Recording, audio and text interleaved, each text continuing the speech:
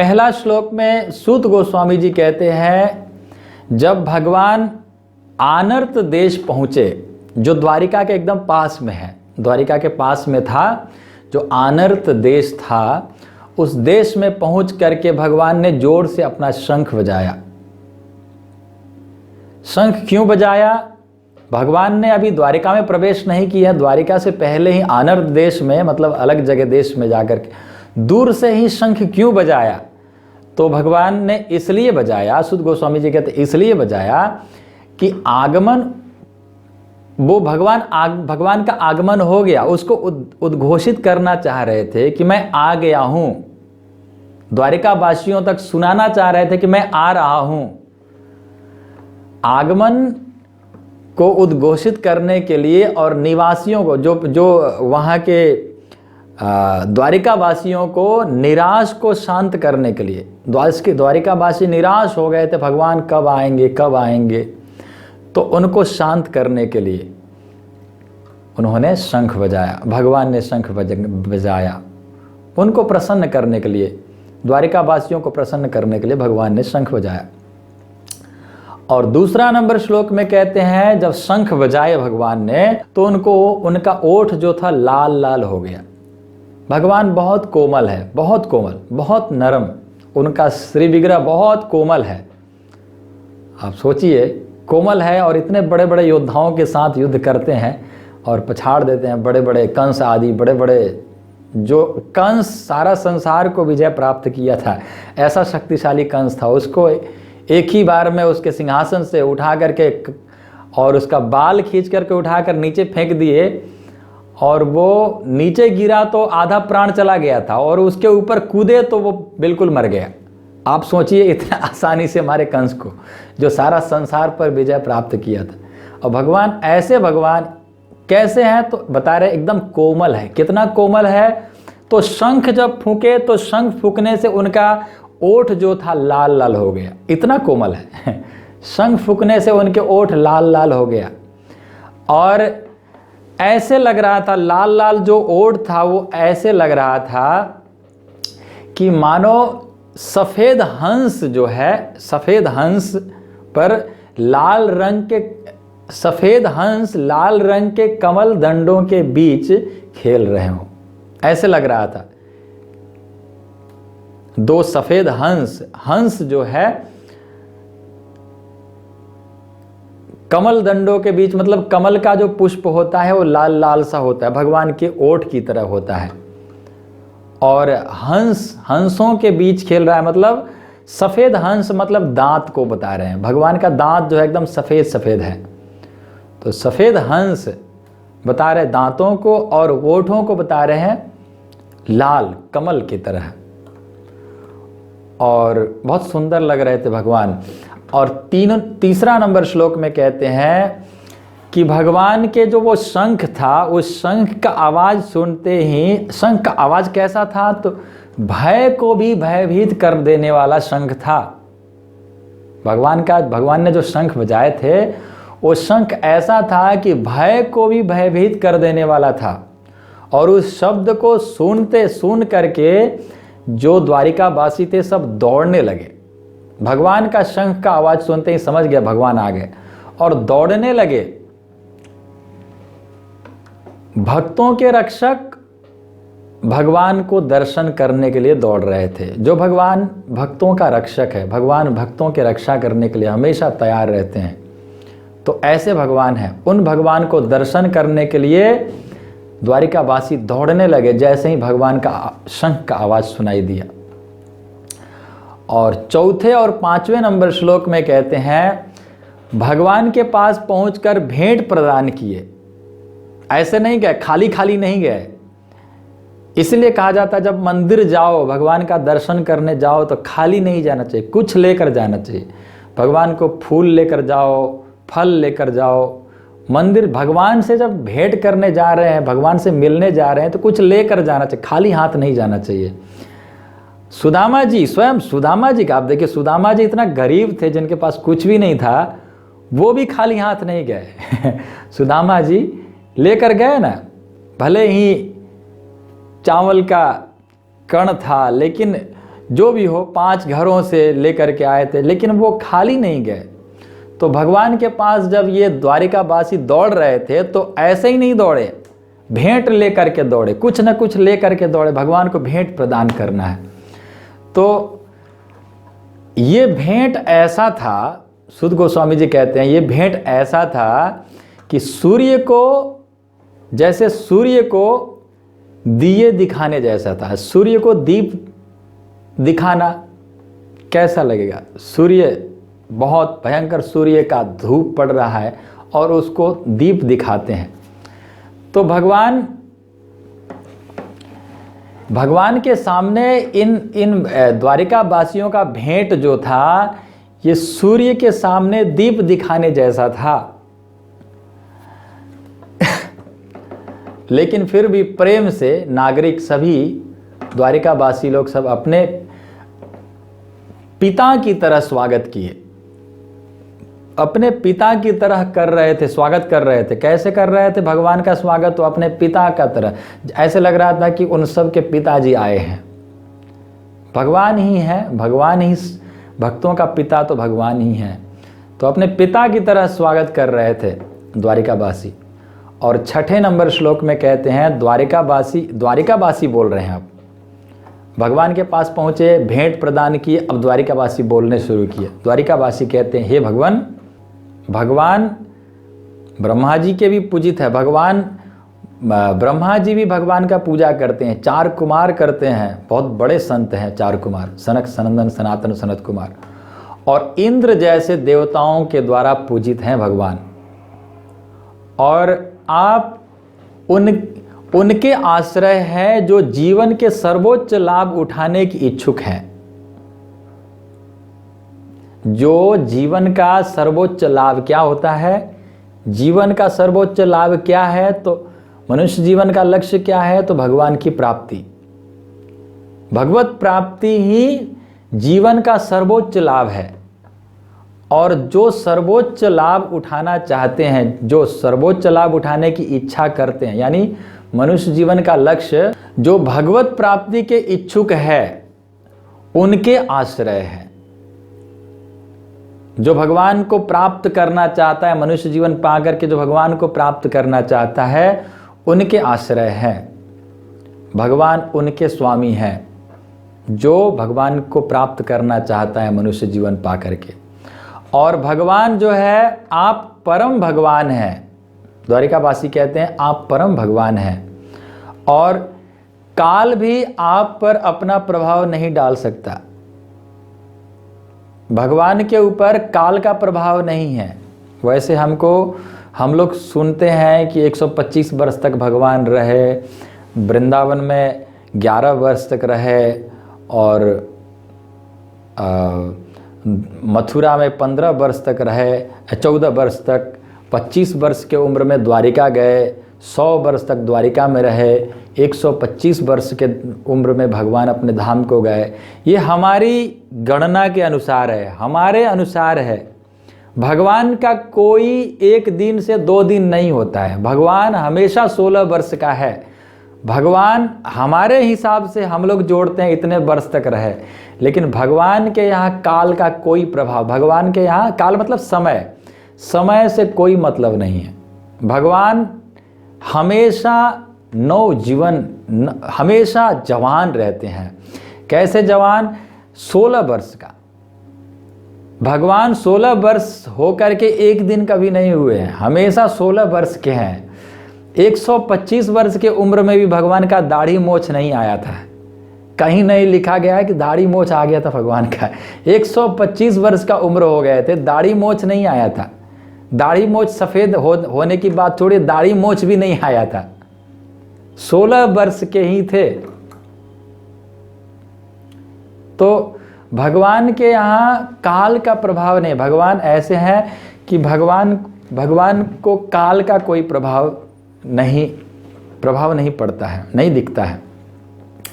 और 7वां नंबर श्लोक में कहते हैं, हे ब्रह्मांड का सृष्टा, ये द्वारिकावासी कह रहे हैं, हे ब्रह्मांड के सृष्टा, ब्रह्मांडों का सृष्टा है, ब्रह्मा जी का भी बाप है, भगवान ही ब्रह्मा जी को सृष्टि करने को बोलते हैं, इसलिए ब्रह्मांड का सृष्टा बोल रहे हैं।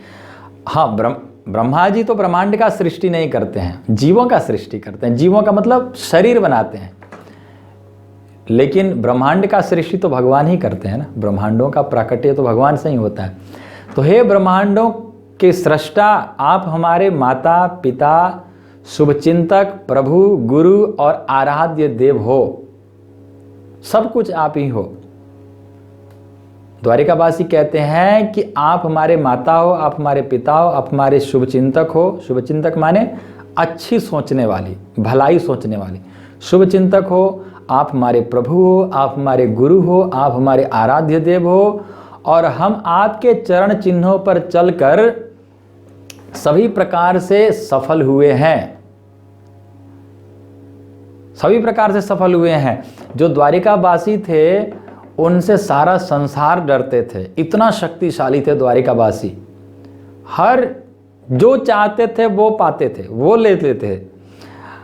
आप आगे श्रवण करेंगे भगवान के बच्चे लोग कितना उदंडता करते हैं कि भगवान के जो बच्चे हैं, भगवान के जो पोते हैं, नाती पोते हैं, वो सब जिससे शादी करना है उसी के साथ जाकर के वो उसी को उठा ले आते हैं और युद्ध होता है। आगे श्रवण करेंगे आप लोग। वो सफल है क्योंकि भगवान के संतान है, बहुत शक्तिशाली है वो। तो आपके कारण हम सफल हुए हैं, इसलिए हमें अपनी कृपा बरसाते रहिए। तो सभी द्वारिकावासी भगवान से प्रार्थना कर रहे हैं कि आपके कारण हम सफल हैं, हमारे जीवन सफल हो रहा है, हम सफल जी रहे हैं, तो आप हमारे ऊपर अपनी कृपा बरसाए रखिए। और 8वां नंबर श्लोक में कहते हैं, ये हमारा सौभाग्य है कि पुनः आपके संरक्षण में आ गए। मतलब आप हमें रक्षा करने के लिए आपके संरक्षण में हम लोग दोबारा से आ गए। आप दोबारा से आए हैं तो आपके संरक्षण में हम आ गए हैं, क्योंकि आप स्वर्ग के निवासियों के यहाँ भी कभी कभी जाते हैं। भगवान स्वर्ग के निवासियों के लिए भी दुर्लभ है। स्वर्ग के निवासी भी भगवान को हमेशा नहीं पा सकते हैं, कभी कभी जाते हैं स्वर्ग में भी भगवान, कभी कभी जाते हैं, हमेशा नहीं जाते हैं। भगवान का स्वर्ग में आगमन बहुत कम होता है, कभी कभी होता है। ये बोल रहे द्वारिकावासी कह रहे हैं कि कभी कभी आप स्वर्ग में जाते हो और आपके मुस्कुराता और सुंदर मुख कमल है। अब हम आपके दिव्य रूप का दर्शन कर सकते हैं। भगवान का मुख कमल बहुत सुंदर है, मुस्कुराता, हमेशा भगवान मुस्कुराते रहते हैं, और अब हम आपका दर्शन कर पाएंगे। ये द्वारिकावासी कह रहे हैं। हे कमल नयन, आप जब हस्तिनापुर चले जाते हैं, यानी बाहर चले जाते हैं, मतलब द्वारिका छोड़ करके चले जाते हैं, तो प्रत्येक क्षण करोड़ों वर्षों के समान प्रतीत होता है। उस समय हमारे आंखें व्यर्थ हो जाता है। द्वारिकावासी भगवान से बहुत प्रेम करते हैं। भगवान के बिना एक एक क्षण करोड़ों वर्षों की तरह लगता है। द्वारिकावासी भगवान के बिना रह नहीं पाते हैं, तो उस समय हमारे आंखें व्यर्थ हो जाती हैं। ये और 10वां नंबर श्लोक में कहते हैं, हे स्वामी, आप बाहर रहते हैं तो आपके मुखमंडल नहीं देख पाते। हम आपके मुखमंडल नहीं देख पाते। आपकी मुस्कुराहट, आपका मुस्कान सारी कष्टों को दूर कर देती हैं। जो भगवान का मुस्कुराहट सारे कष्टों को दूर कर देता है, वो भगवान का मुख कमल का दर्शन नहीं मिलता है जब आप बाहर रहते हो। और हम आपके बिना कैसे रह सकते हैं। प्रजा और भक्तों पर अत्यंत दयालु भगवान उनकी वाणी को सुन करके द्वारिका में प्रवेश की। ये इस तरह से गुणगान कर रहे थे द्वारिकावासी, और इनके बातों को सुनते हुए भगवान द्वारिका में प्रवेश किए। और अपनी दिव्य दृष्टि डालते हुए उनका अभिनंदन का स्वीकार किया। भगवान ने उनका अभिनंदन को स्वीकार किया अपनी दिव्य दृष्टि डालते हुए। और सभी को, मतलब जो भगवान के भक्त लोग, जितने भी द्वारिकावासी लोग भगवान को स्वागत कर रहे थे, उन सब को दृष्टि ही डाल रहे थे, केवल देख ही रहे थे कि हाँ ठीक है। तो ऐसे करते हुए, देखते हुए उनको, उनका अभिनंदन को स्वीकार किया, केवल दृष्टि के द्वारा स्वीकार किया। यहाँ ऐसे बोल रहे हैं, आगे देखिए 11वां और 12वां नंबर श्लोक में कहते हैं, जैसे नागलोक में नागों के द्वारा रक्षित है, नागलोक जो है नागों के द्वारा रक्षित है, नागलोक का रक्षा नागलोक जैसे करते हैं, वैसे ही भगवान कृष्ण के समान बलवान वृष्णिवंशी, जो भगवान के वृष्णिवंशी लोग जो है वो भगवान की तरह शक्तिशाली है, ऐसा बता रहे हैं। भगवान के समान शक्तिशाली थे। कौन कौन? तो उनका नाम यहाँ बता रहे हैं। कुछ वृष्णिवंशियों का नाम यहाँ पर बताए हैं। भोज और मधु और दशार्ह, अर्ह, कुकूर और अंधक इत्यादि द्वारा रक्षित हैं। ये सभी मतलब बड़े शक्तिशाली लोग थे, ये लोग का नाम लिया गया। और द्वारिका सभी ऋतुओं के ऐश्वर्य से पूर्ण था। द्वारिका जो था वो सभी ऋतु उपलब्ध था, ठंडा, गर्मी, बारिश, सभी ऋतुओं के द्वारा पूर्ण था। उसमें आश्रम, उद्यान, पुष्पोद्यान और कमल से पूर्ण जलाशय भी थे। बहुत कुछ था उस द्वारिका में। उद्यान था, पुष्पों का उद्यान था, कमल से भरा हुआ जलाशय। कहते हैं भगवान का स्वागत हो रहा था, भगवान जब द्वारिका में प्रवेश कर रहे थे तो मार्गों पर और बाजारों में और चौकों पर, चौराहे पर, चौराहों को झाड़ बुहार करके सुगंधित जल से छिड़काव किया गया था भगवान को स्वागत करने के लिए। शंख बजते ही सब दौड़ने लगे, लेकिन कुछ लोग सेवा भी किए हैं। दौड़ने तो लगे, कुछ लोगों ने, भगवान आ रहे हैं तो स्वागत के लिए सेवा भी हुआ है यहाँ पर, कि झाड़ बुहार करके, साफ सफाई करके और सुगंधित जलों के द्वारा छिड़का गया है बाजार को, चौराहे को और मार्गों को, रास्ते को। और भगवान का स्वागत के लिए फल, फूल और अक्षत बिखेरे गए थे। भगवान का स्वागत के लिए फल भी बिखेरा गया था, फूल भी और अक्षत भी। अक्षत मतलब चावल। और 16वां और 17वां नंबर श्लोक में कहते हैं, ये सुत गोस्वामी जी बोल रहे हैं कि वसुदेव, अक्रूर और उग्रसेन और बलराम जी नहीं गए थे, बलराम जी द्वारिका में थे। तो बलराम जी, वसुदेव जी, भगवान के पिताजी वसुदेव जी, अक्रूर जी और उग्रसेन महाराज और प्रद्युम्न, भगवान के बेटा प्रद्युम्न, और चारुदेशण और सांब माने जो जाम्बवती के पुत्र है, सांब, जो भगवान के तरह बिल्कुल एकदम भगवान के शक्ल से बिल्कुल मिलता जुलता है। सांब का बहुत नाम आता है। तो ये सभी इतने प्रसन्न हुए कि लेटना, बैठना और भोजन करना छोड़ दिए। उनमें इतना प्रसन्नता हुआ। और 18वां नंबर श्लोक में कह रहे हैं, सूत गोस्वामी जी कहते हैं कि वो फूल लिए थे, वो भी जा रहे हैं, ये सभी वसुदेव जी, अक्रूर जी, उग्रसेन महाराज, बलराम जी, प्रद्युम्न, ये सभी जा रहे हैं, फूल लिए हुए हैं और ब्राह्मणों के साथ हैं, ब्राह्मणों के साथ में ब्राह्मणों को लेकर जा रहे हैं। और तेज से बढ़े, बहुत तेजी से बढ़े मतलब बहुत जल्दी जल्दी जा रहे हैं। और आगे आगे सौभाग्य के प्रतीक हाथी को आगे आगे चलाया जा रहा है, क्योंकि हाथी जो है सौभाग्य का प्रतीक है। तो हाथी को सबसे आगे आगे चला रहे हैं। और फिर उनके पीछे शंख बज रहा है, तुरही बज रहा है, और वैदिक मंत्रों द्वारा, वैदिक स्तोत्रों द्वारा उच्चारित हो रहा है। वैदिक मंत्रों द्वारा ब्राह्मण लोग स्वागत कर रहे हैं भगवान को।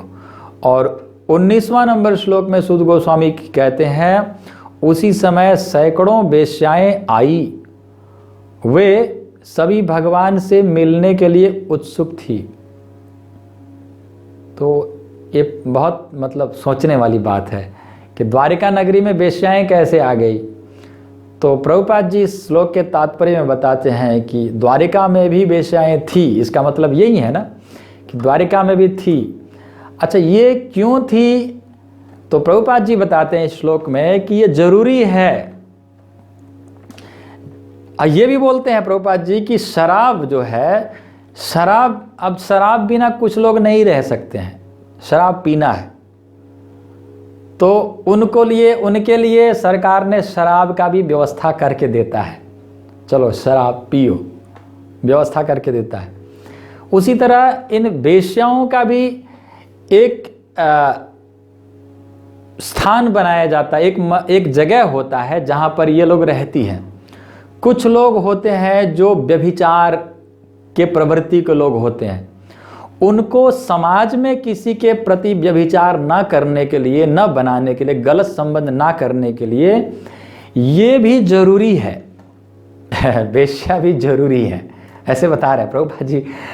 ये भी जरूरी है कि जो गलत विचार वाले हैं, जो गलत लोग हैं, जो गलत विचार वाले हैं, वो कहीं अच्छे लोगों के साथ व्यभिचार ना करने लग जाए, कोई गलत बलात्कार वगैरह ना करने लग जाए। तो इनके लिए ये अलग से व्यवस्था किया गया है। और ये वेश्याएं भी वैसे हैं जो बिगड़े गलत लोग नहीं हैं। कोई इनमें जो है, प्रभुपाद जी इस श्लोक के तात्पर्य में बताते हैं कि कोई ऐसे भी हैं जो मजबूरी से इस लाइन में चली गई है, वेश्या वृत्ति में चली गई है, और इसी के द्वारा अपना जीवन यापन कर रही है। कुछ लोग अपनी इच्छा से इन सब में, काम विषय भोग में उनको ज़्यादा आनंद आता है, इसलिए भी कुछ लोग वेश्या में प्रवेश हो गई है, मतलब वेश्या बन गई है। तो इस तरह से अलग अलग जो कुछ भी है, लेकिन इसकी भी ज़रूरी है। अगर कोई वैसे व्यक्ति है तो उसके लिए ऐसा स्थान भी होना जरूरी है। तो इसलिए ये रखा गया, ये समाज को न बिगड़ने के लिए ये भी व्यवस्था जरूरी है तो इसलिए यहाँ पर थे, मतलब द्वारिका में भी वेश्याएं थी, सैकड़ों वेश्याएं थी, और वो भगवान से मिलना चाहती थी। और प्रभुपाद जी इस श्लोक के तात्पर्य में ये भी बताते हैं कि चाहे वो वेश्याएं क्यों न थी, लेकिन वो भगवान से मिलना चाहती थी, भगवान से प्रेम करती थी, भगवान से प्रेम था उनका। तो इस प्रकार के वेश्याएं भी संसार में मिलते हैं जो भगवान के भक्ति करती है, भक्त है, भक्त होने के बावजूद भी वो इस लाइन में चली गई है, तो उनकी भी उद्धार है। ऐसी बात नहीं कि उनका उद्धार नहीं होगा, वो तो गलत लाइन चली गई है, उसका जिंदगी बर्बाद हो गया। और प्रभुपाद जी श्लोक के तात्पर्य में बिल्व मंगलदास ठाकुर का उदाहरण दे रहे हैं कि बिल्व मंगलदास ठाकुर जो थे वो चिंतामणि नाम का जो वेश्या थी उनके पीछे पागल हो गए थे, और वो चिंतामणि जो थी वो भगवान के भक्त थी, वेश्या थी लेकिन भक्त भी थी, बहुत अच्छी भक्त थी।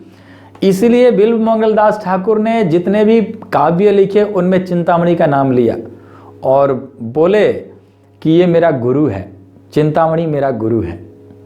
क्योंकि एक बार बिल्व मंगलदास ठाकुर बहुत आंधी तूफान चल रहा था उसी में ही उसके घर पहुंच गए थे। मुर्दे के ऊपर बैठ करके नदी पार करके और सांप को रस्सी समझ करके उसको पकड़ करके उसके अटारी पर ऊपर चढ़ गए थे। और जब ये स्थिति देखी चिंतामणि ने तो बोली कि तुम इतना मेरे इस हाड़ मांस से बना हुआ इस स्त्री के शरीर में इतना प्रेम है, अगर तुम्हारे अंदर, अगर तुम भगवान से इतना प्रेम करते तो तुम्हारा उद्धार हो जाता।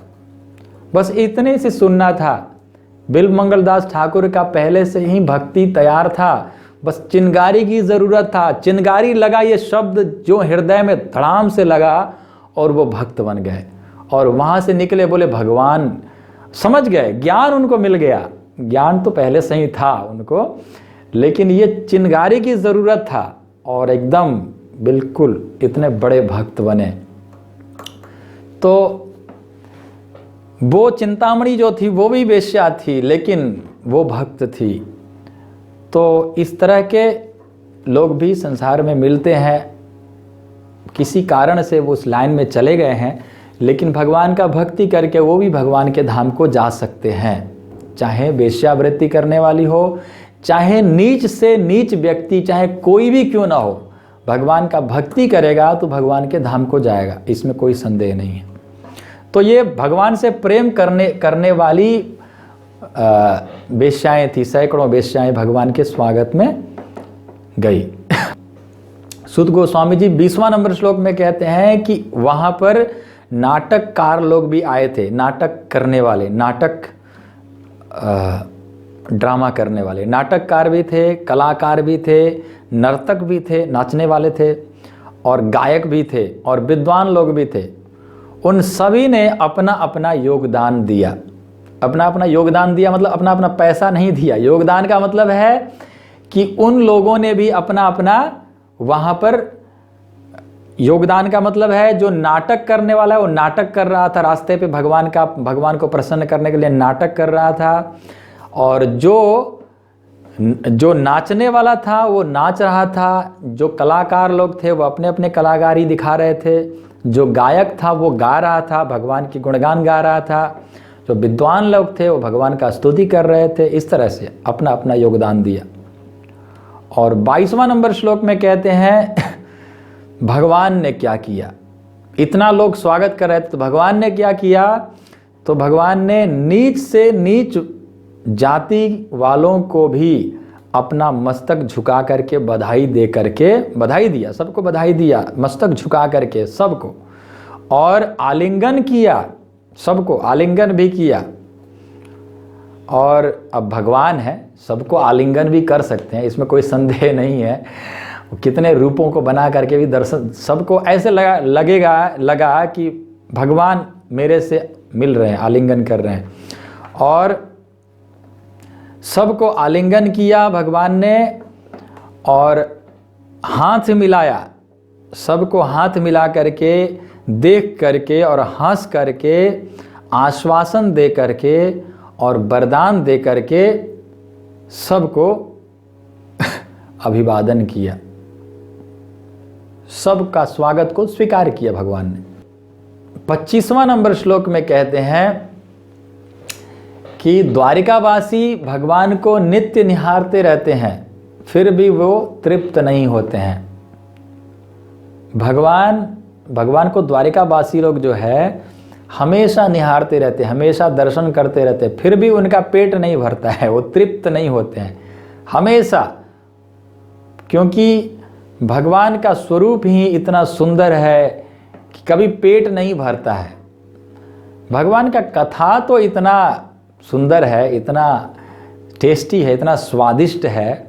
आप सोचिए कि कथा को हम कितना बार सुनते हैं फिर भी और सुनने को मन करता है, कभी पेट नहीं भरता है ना। अभी आप सुन रहे हैं, फिर बाद में भी आप अगर सुनेंगे इसी मतलब YouTube में फिर से सुनेंगे तो आपको ऐसे लगेगा कि फिर से सुनूं। भगवान का कथा, भगवान का रूप, भगवान का लीला ऐसा है। आप जैसे न्यूज़पेपर, आज का न्यूज़पेपर आज पढ़ लिया और कल यदि बोला जाए कि इसको दोबारा से पढ़ो तो आप पढ़ने में बिल्कुल रस नहीं मिलेगा। कल का जो पुराना न्यूज़पेपर को पढ़ने में आनंद नहीं आता, लेकिन भगवान का कथा, भगवान का रूप, भगवान का लीला ऐसा है कि कभी पुराना होता ही नहीं है, हमेशा नया लगता है, हमेशा रस मिलता है, हमेशा आनंद मिलता है, कभी तृप्ति नहीं होती है, ऐसा है। प्रभुपाद जी एक बार एग्जाम्पल दे रहे थे, बोले कि अगर किसी को बोल दो कि Coca Cola Coca Cola Coca Cola बोलो तो कितना देर तक बोल सकता है? थोड़ी देर में मुंह थक जाएगा, बैठ जाएगा। लेकिन हरे कृष्णा कृष्ण कृष्णा हरे हरे, हरे राम राम राम हरे हरे भक्त लोग कितने वर्षों से कर रहे हैं, अभी भी थके नहीं हैं और रोज कर रहे हैं, रोज करते हैं और उनको स्वाद मिलता है। ऐसा नहीं कि स्वाद नहीं मिलता है और ज़बरदस्ती कर रहे हैं, नहीं, उनको स्वाद मिलता है, बड़े स्वाद के साथ, बड़े आनंद के साथ गाते रहते हैं, जप करते रहते हैं, बोलते रहते हैं। तो ऐसे हैं भगवान का नाम, रूप, लीला।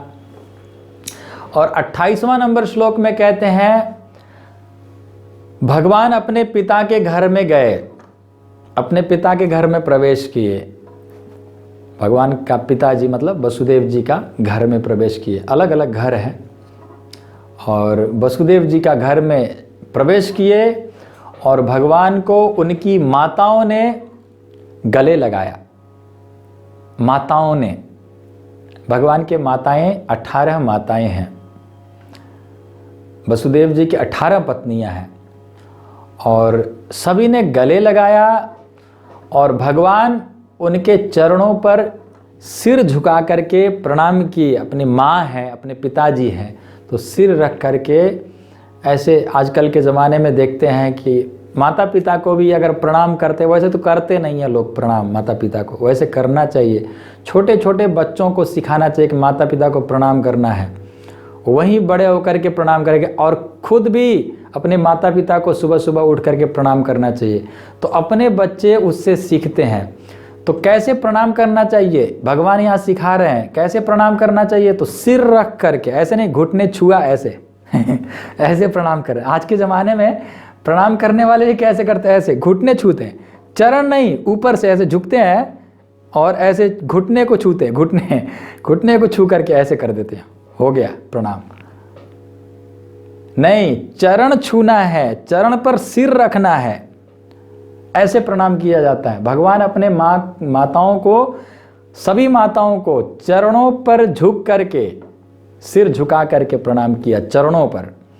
और जिनमें देवकी माता प्रमुख थी, देवकी माता भगवान की अपनी माता है। और प्रभुपाद जी श्लोक के तात्पर्य में बताते हैं कि हमारी माताएं 7 माताएं हैं, 7 माताएं हैं। आत्म माता, गुरु पत्नी, ब्राह्मणी, राजपत्निका, धेनुर्धात्री तथा पृथ्वी, सप्तौता मातरः स्मृता। 7 माताएं हैं हमारी सब की। जैसे भगवान की 18 माँ हैं, वैसे हमारे 7 माताएं हैं। कौन कौन? तो आत्म माता जो हमें जन्म देती है, वो माता हमारी माँ है, आत्म माता। गुरु पत्नी, गुरु की पत्नी, गुरु का जो पत्नी है वो भी हमारी माता है, आत्म माता, गुरु पत्नी। ब्राह्मणी, जो ब्राह्मण की पत्नी है वो भी हमारी माँ है, ब्राह्मणी। राजपत्नी का, और राजा की जो पत्नी है वो भी हमारी माँ है, ब्राह्मणी राजपत्नी का। धेनुर, धेनु माने गौ माता, गौ माता हमारी माँ है, धेनुर। तो धेनु माने गाय, धात्री माने धाई माता और पृथ्वी। तो ये 3, और आत्माता, गुरुपत्नी, ब्राह्मणी और राजपत्नी, ये 4। तो ये सप्तौता मातरः स्मृता, ये 7 हमारी माँ है, गाय हमारी माँ है। तो इनको प्रणाम करना चाहिए। जब भी दिखे तो हमें पृथ्वी माता को उठ करके प्रणाम करना चाहिए। जैसे ही उठते हैं, सो करके उठते हैं, तो अपनी पृथ्वी माता को प्रणाम करना चाहिए। इन सभी माताओं को जरूर प्रणाम करना चाहिए, मन से ही हो सके तो भी प्रणाम करना जरूरी है, करना चाहिए। और 29वां नंबर श्लोक में कहते हैं, माताओं ने अपनी अपनी गोद में बिठाया भगवान को, भगवान को माताओं ने अपनी अपनी गोद में बैठाया अब अपनी अपनी गोद में, मतलब 18 माताएं हैं, तो 18 माताओं के गोदी में भगवान बैठे और स्नेह से उनके स्तनों से दूध गिरने लगा, दूध निकलने लगा।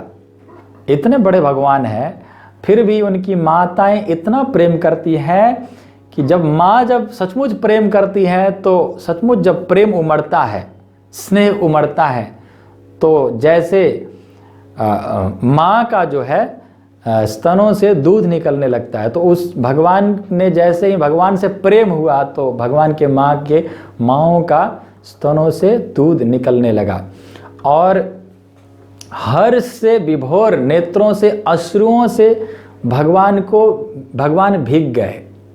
हर्ष के मारे माताएं, क्योंकि भगवान आए हैं, भगवान को मिल करके इतना खुशी हो रहा है कि खुशी का आंसू के द्वारा भगवान भीग गए। और 30वां नंबर श्लोक में कहते हैं, उसके बाद तत्पश्चात भगवान अपने महलों में प्रवेश किए। महलों में, महल में नहीं, अपने महल में नहीं, अपने महलों में प्रवेश किए। भगवान के बहुत सारे महल हैं और सभी महलों में एक एक रानियां हैं। सभी महलों में प्रवेश किए। भगवान अपने महलों में प्रविष्ट हुए और जिनमें उनकी हजारों से अधिक पत्नियां थी। 16,000 से अधिक, मतलब 16,108 पत्नियां थी। उस महलों में प्रवेश किए भगवान।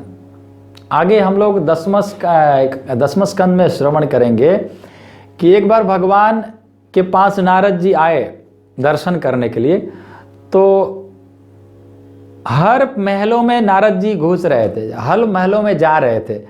तो देखे एक महल में भगवान बच्चों के साथ खेल रहे हैं, तो दूसरे महल में गए तो दूसरे महल में भगवान पत्नी के साथ बैठ कर के बात कर रहे हैं। तीसरे महल में गए तो तीसरे महल में पत्नी खिला रही है, वो खा रहे हैं, भोजन कर रहे हैं। तो ऐसे हर महलों में 16,108 महल है और उन सभी महलों में नारद जी एक साथ जा रहे थे। इसमें गए, फिर उसमें से निकल करके उसमें गए और सभी में भगवान बोलते थे, नारद जी कब आए, कैसे हैं, ठीक है ना है? और नारद जी हाँ ठीक हूँ बोल करके वहाँ से निकलते थे, दूसरे महल में जाते, दूसरे महल में भगवान मिलते थे। तो हर महलों में भगवान थे और भगवान इन हर महलों में हर पत्नियों के साथ 16,108 रानियों के साथ 16,108 रूप बना करके भगवान रहते थे। ये भगवान है। अच्छा, कितना समझने वाली बात है, कितना लोग इसको पागलों की तरह सोचते हैं। कितना समझने वाली बात है। भगवान कितना दयालु है। भगवान की दयालुता को समझो आप। संसार में जो सबसे ज़्यादा जिसको बोला जाता है ना कि हमसे वो प्रेम करते हैं, उनमें से सबसे जो प्रेम करने वाली, जो सबसे उत्तम जो प्रेम है, वो कौन सा प्रेम है? तो पति पत्नी का प्रेम।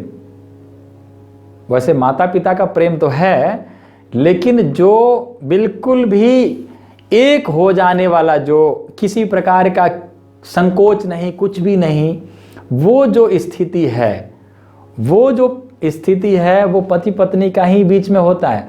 और वो स्थिति को कोई नहीं दे सकता है, वो भगवान दे सकते हैं, वो भगवान दे रहे हैं। कितना दयालु है। और कोई देवी देवता भी नहीं दे सकता है, स्वयं भगवान राम भी नहीं दे सकते हैं। है स्वयं भगवान राम से दंडकारण्य के ऋषियों ने कहा कि हम आपसे शादी करना चाहते हैं। भगवान ने कहा अभी मैं एक पत्नी व्रता हूँ, अभी एक पत्नी से मैंने व्रत लिया हूँ, अभी एक पत्नी ही रहेगा मेरे ज़िंदगी में।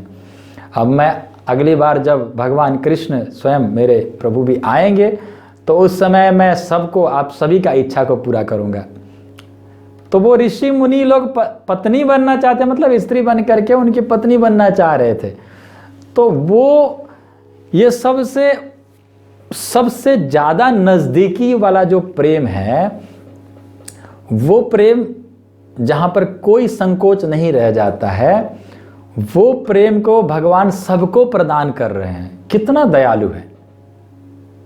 अगर हम किसी से प्रेम करते हैं तो हम क्या बोलेंगे? भैया, पिताजी, चाचा जी, मामा जी, है ना, ऐसे बोलते हैं। लेकिन ये दूर का होता है, ये सब मतलब दूर नहीं, नज़दीकी ही है। लेकिन फिर भी पति पत्नी का जो प्रेम होता है वो प्रेम तो एक ही दे सकता है ना। लेकिन भगवान कितना दयालु है कि सबको दे रहे हैं, सबको दे रहे हैं। 16,108 रानियों को दे रहे हैं। ये वैसे साधारण मनुष्य नहीं है, ये सभी ऋषि मुनि हैं, पहले जन्म में बहुत तप किए हैं तो आज उनकी पत्नी बनने को मिला है। तो ये बहुत दयालु, इस बात को समझना है कि भगवान कितना दयालु है कि हर व्यक्ति को अपनी पत्नी बना सकते हैं, है? हर व्यक्ति को हम चाहें तो हम उनकी पत्नी बन सकते हैं। आज हम भगवान को अपने पति के रूप में, अगर हम आज से भगवान का भक्ति शुरू कर दें तो हमको एक दिन भगवान का पत्नी बनने का मौका मिलेगा। भगवान के धाम जाएंगे, गोलोक धाम में, और वहाँ पत्नी बनने को मिलेगा। हम यदि उनको चाहते हैं कि हमारे मित्र हैं तो वो मित्र भी बनने के लिए तैयार है, वो मित्र बनाएंगे। हम उनके धाम जा करके उनके मित्र बनेंगे। तो शांत, दास्य, सख्य, वात्सल्य, माधुर्य, ये पांचों रसों को प्रदान करने वाले हैं भगवान। 30वां नंबर श्लोक में हम लोग सुन रहे थे कि उसके बाद भगवान अपने महलों में प्रविष्ट हुए और जिनमें उनकी 16,000 से ज़्यादा अधिक पत्नियां थी। और 32वां नंबर श्लोक में है, आज थोड़ा सा लेट होगा, 32वां नंबर श्लोक में कहते हैं, जो रानियां थी, भगवान की जो रानियां थी, वो लज्जा के कारण वो भगवान से मिलना तो चाहती थी, भगवान को तुरंत देखते ही आलिंगन करना चाहती थी, लेकिन लज्जा के कारण वो जो रानियां थी वो अंतरतम से ही, अंदर से ही आलिंगन किया, मन ही मन भगवान का आलिंगन किया। उसके बाद दृष्टि से आलिंगन किया। फिर उसके बाद में अपने बच्चों को भेजा और बच्चों को भेज करके आलिंगन करवाया, प्रणाम किए बच्चे और आलिंगन किए। और बच्चों से आलिंगन करवाना और अपना आलिंगन करना बराबर है, एक जैसा ही है। लेकिन ये जो भगवान की पत्नियां थी अपने आप को रोक रही थी, लेकिन रोक नहीं पाई, बहुत प्रयास कर रही थी। लोग थे वहाँ पर, बच्चे हैं, बच्चे बड़े बड़े हो गए हैं, तो अपने आप को रोक रही थी, लेकिन रोक नहीं पाई। उनकी आंखों से अश्रुधारा छलक पड़ा। 33वां नंबर श्लोक में श्री सूत गोस्वामी जी कहते हैं कि भगवान निरंतर हमेशा अपने रानियों के साथ थे और बिल्कुल अकेले भी थे, साथ में भी थे और अकेले भी थे। और कहते हैं लक्ष्मी माता चंचल है, स्वभाव से बहुत चंचल है लक्ष्मी माता। लेकिन चंचल होने पर भी लक्ष्मी जो है चंचल है। हमारे पास ज़्यादा देर पैसा टिकता नहीं है, आता है तो ये करना है वो करना है, बस खर्चा शुरू हो जाता है। तो लक्ष्मी टिकती नहीं है, लक्ष्मी चंचल है। लेकिन चंचल होने के बावजूद भी लक्ष्मी जी कभी भी भगवान को छोड़ा नहीं, भगवान के चरण कमलों को कभी नहीं छोड़ा, हमेशा भगवान के चरणों को पकड़ के रखती है, चरणों की सेवा करते रहती है। तो जब कोई स्त्री एक बार जो भगवान के शरण में जा चुकी है, वो भगवान से विलग कैसे हो सकती है? लक्ष्मी जी इतना चंचल होने पर भी भगवान के चरणों को नहीं छोड़ती है। तो कोई स्त्री अगर भगवान को प्राप्त कर ले तो वो कैसे छोड़ सकती है, भगवान से विलग कैसे हो सकती है? और सूत गोस्वामी 34वां नंबर श्लोक में कहते हैं कि भगवान दुष्ट राजाओं को मारने के बाद अपनी सैन्य शक्ति, घोड़े, हाथी, रथ, पैदल सेनाओं के बल पर गर्वित थे। भगवान बहुत प्रसन्न थे, गर्व कर रहे थे कि मेरे ये हाथी, घोड़े और ये रथ और सैनिक, जो पैदल सैनिक है, इन लोगों के सहायता से मैंने इन दुष्टों का संहार किया। इससे गर्वित थे भगवान। और भगवान किसी के दल में प्रवेश करके युद्ध नहीं किया। मतलब महाभारत का युद्ध की बात हो रही है कि महाभारत के युद्ध में भगवान न पांडवों के तरफ से थे न कौरवों के तरफ से थे, क्योंकि पांडवों के तरफ से खाली रथ चला रहे थे, युद्ध नहीं किए थे। तो किसी भी तरफ से उन्होंने युद्ध नहीं किया। तो क्या किया? तो हवा बहाया, हवा बहा। कैसे हवा बहा? जैसे हवा के द्वारा, कहते हैं जैसे हवा के द्वारा बांस आपस में घर्षण होकर के, और बांस के द्वारा हवा, बहुत जोर से हवा बहने से बांस जो है घर्षण होता है, और होते होते जोर से जब घर्षण होने लगता है तो अग्नि उत्पन्न होता है, और उस अग्नि के द्वारा सारा बांस का जंगल जल करके भस्म हो जाता है। तो उसी तरह राजाओं को, शक्तिशाली राजाओं को आपस में लड़ाया। कैसे लड़ाया? तो जैसे हवा बांस को घर्षण कराता है, हवा, भगवान ने हवा का काम किया। इन दुष्ट राजाओं को मारने के लिए शक्तिशाली राजाओं के साथ, यानी पांडवों को इसके साथ भिड़ाया, और पांडवों को भगवान ने पूरा कृपा दे रखे थे। तो सभी दुष्ट राजा जलकर भस्म हो गए, और भगवान के भक्त जो पांडव थे पांचों के पांचों रह गए। तो 35वां नंबर श्लोक में सूत गोस्वामी जी कहते हैं, भगवान अपनी अहेतु की कृपा से अंतरंगा शक्ति द्वारा प्रकट होते हैं। भगवान कृपा करके, अपनी अहेतु की कृपा, वो भी हेतु रहित कृपा करते हैं। भगवान भी किसी इच्छा से नहीं कि मैं इस पर कृपा करूंगा तो मुझे ये मिलेगा वो मिलेगा इसलिए मैं इस पर कृपा कर रहा हूं। नहीं, भगवान भी अहेतु की कृपा करते हैं, और भक्त भी अहेतु की भक्ति करते हैं, कोई हेतु रहित, कोई इच्छा रहित। और भगवान भी कृपा करते हैं तो हेतु रहित होकर के, कोई भक्तों से चाहना नहीं होता है भगवान का, और अहेतु की कृपा करते हैं। अहेतु की कृपा करके भगवान प्रकट होते हैं और सुयोग्य स्त्रियों के साथ रमण करते हैं। भगवान सुयोग्य, जो योग्य है, उन स्त्रियों के साथ रमण करते हैं। मानो ऐसे लगते हैं जैसे संसारिक कार्यों में लगे हुए हों, ऐसे लगते हैं। भगवान को देखने से ऐसे लगता है कि संसारिक कार्यों में लगे हुए हैं, शादी किए हैं, इनकी पत्नियां हैं, काम कर रहे हैं, राज्य चला रहे हैं, संसारिक लोगों की तरह लगते हैं। वैसे देखने से ऐसे लगते हैं।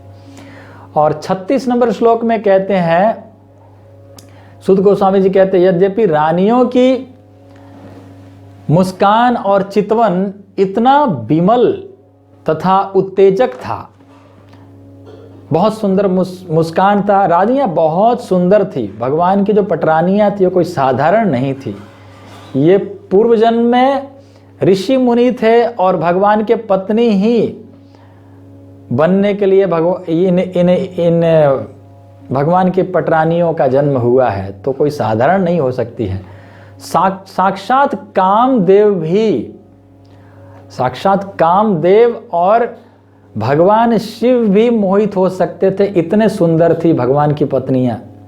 इतनी सुंदर थी कि कामदेव, जो देवताओं में जो कामदेव है, वो कामदेव भी मोहित हो सकते थे और भगवान शिव भी मोहित हो सकते थे। इतने सुंदर सुंदर स्त्रियां थी, तो भी भगवान के इंद्रियों को विचलित नहीं कर पाई।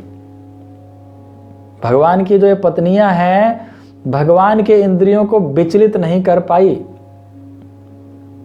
इसीलिए तो पटरानियां, जो जैसे आप आगे श्रवण करेंगे, कुरुक्षेत्र में सभी ब्रजवासी और द्वारिकावासी का मिलन हुआ कुरुक्षेत्र में। तो जो पटरानियां थी, 16,108 पटरानियां थी, वो राधा रानी के पास आई और राधा रानी से पूछी, राधा रानी से प्रश्न की। और मेन प्रश्न उसमें क्या था? तो बोले कि आप भगवान को कैसे प्रसन्न करते हो, कि आपसे भगवान इतना प्रसन्न रहते हैं कि इतने वर्षों बाद, कितना वर्ष हो गया, तो यहाँ 11 वर्ष रहे थे, अब जब कुरुक्षेत्र में मिलन हुआ है तो 100 वर्ष हो चुका है, 100 वर्षों के बाद मिलन हुआ है। आज भी रात को सोते सोते हे राधे कह करके चिल्लाते हैं, राधा रानी को याद करते हैं। चिल्लाते रहते हैं राधा रानी को, हमेशा स्वप्न में भी ऐसे चिल्लाते रहते हैं, सोए हुए हैं लेकिन उनके मुख से राधे राधे निकल रहा है। तो आप कैसे सेवा करती थी भगवान को कि भगवान आज भी हम 16,108 पटरानियां होने के बावजूद भी आज भी वो आपको ही याद करते हैं। तो आप बताइए, राधा रानी से ये प्रश्न किए थे। तो कहने का मतलब है कि पटरानियां जो 16,108 पटरानियां हैं वो भी भगवान के इंद्रियों को विचलित नहीं कर पाई थी, आकर्षित नहीं कर पाई थी। आज भी भगवान राधे राधे बुलाया करते थे। तो और वो पटरानियां कोई साधारण नहीं थी, कामदेव और भगवान शिव को भी मोहित करने का योग्य थी, इतना सुंदर थी, इतना अच्छी थी, गुणवती थी। और 27वां 28वां नंबर श्लोक में सुद गोस्वामी जी कहते हैं, भौतिकतावादी लोग सोचते हैं भगवान उन्हीं में से एक हैं। भौतिकतावादी लोग ऐसे सोचते हैं कि अरे हम ही लोगों जैसे हैं भगवान भी, और वे अज्ञान के कारण सोचते हैं, ऐसे सोचते हैं अज्ञान के कारण, ये मूर्खता है लोगों की, ऐसे सोचते हैं जो सोचते हैं। और सांसारिक वस्तुओं का प्रभाव भगवान पर नहीं पड़ता है, सांसारिक वस्तु का प्रभाव भगवान पर नहीं पड़ता है, पर भगवान इनसे अनासक्त रहते हैं, सांसारिक वस्तुओं से अनासक्त रहते हैं। कैसे अनासक्त रहते हैं? तो इसी प्रकार जिन भक्तों ने भगवान के शरण ली है वे भी इन भौतिक गुणों से प्रभावित नहीं होते हैं। भौतिक संसार में है, भौतिक कर्म कर रहे हैं, संसार के कर्म कर रहे हैं, लेकिन फिर भी जो भगवान का भक्त है वो इनसे प्रभावित नहीं होता है। भगवान तो प्रभावित होते नहीं है, भगवान तो भगवान है, लेकिन भगवान का जो भक्त है, जो भगवान का भक्ति करता है, वो भी प्रभावित नहीं होता इस संसार से। भगवान तो प्रभावित नहीं होते हैं, इसमें कोई संदेह नहीं है ना। लेकिन जो भगवान का भक्त बन जाता है वो भी संसार से, भौतिक वस्तुओं से प्रभावित नहीं होता है, वो भी प्रभावित नहीं होता है। और 39वां नंबर श्लोक में एक सुत गोस्वामी जी कहते हैं कि स्त्रियां सचमुच ही सोच बैठी कि उनके जो प्रिय पति है भगवान कृष्ण है उनसे आकर्षित और वशीभूत है, ऐसे मान रही थी। उनको ऐसे लग रहा था कि जो भगवान कृष्ण हमारे जो पति है वो हमसे आकर्षित है, वो हम में वशीभूत है, हम उनको वश में कर रखे हैं, वशीभूत कर रखे हैं, वो हमसे वशीभूत है, ऐसे मानती थी। वो हमसे आकर्षित है, ऐसे मानती थी। वे अपने पति के महिमाओं को उसी तरह अपने पति के महिमाओं से उसी तरह अनजान थी जैसे नास्तिक लोग भगवान को नहीं जानते। जैसे नास्तिक लोग भगवान को नहीं समझ पाते हैं। नास्तिक लोग होते हैं, ना भगवान का भक्ति करते हैं, ना भगवान को मानते हैं, ना भगवान को जानते हैं। तो नास्तिक लोग हर वस्तु में, वैसे देखने से हर वस्तु, हर जगह, हर चीज में भगवान के बिना सूर्य, अब देखो सुबह उठते हैं तो सूर्य देव देखते हैं, तो सूर्य देव है, ऐसे ही थोड़ी आते हैं। नास्तिक लोग भी दिमाग लगाने से समझ सकते हैं कि ये सूर्य देव समय से आ जाते हैं। संसार सब कैसे चल रहा है, ये संसार हर वस्तु तो एक छोटा मोटा कोई घर बनता है तो वो घर भी बनाने वाला कोई होता है। तो वैसे ही संसार इतना सुंदर बना है और इतना सुंदर व्यवस्थित पूर्वक चल रहा है तो इसको भी तो बनाने वाला कोई ना कोई है। तो नास्तिक भी अगर थोड़ा सा भी दिमाग लगाए तो समझ सकता है, लेकिन नहीं समझते हैं। नास्तिक लोग नहीं समझते हैं भगवान को। उसी तरह भगवान की जो रानियां हैं वो भगवान के महिमाओं को नहीं समझ सकी। वो सोचती थी कि हमारे पति है और ये हम में वशीभूत है, हमसे आकर्षित हैं, ऐसे भगवान के पटरानियां मानती थी। सुत गोस्वामी जी कहते हैं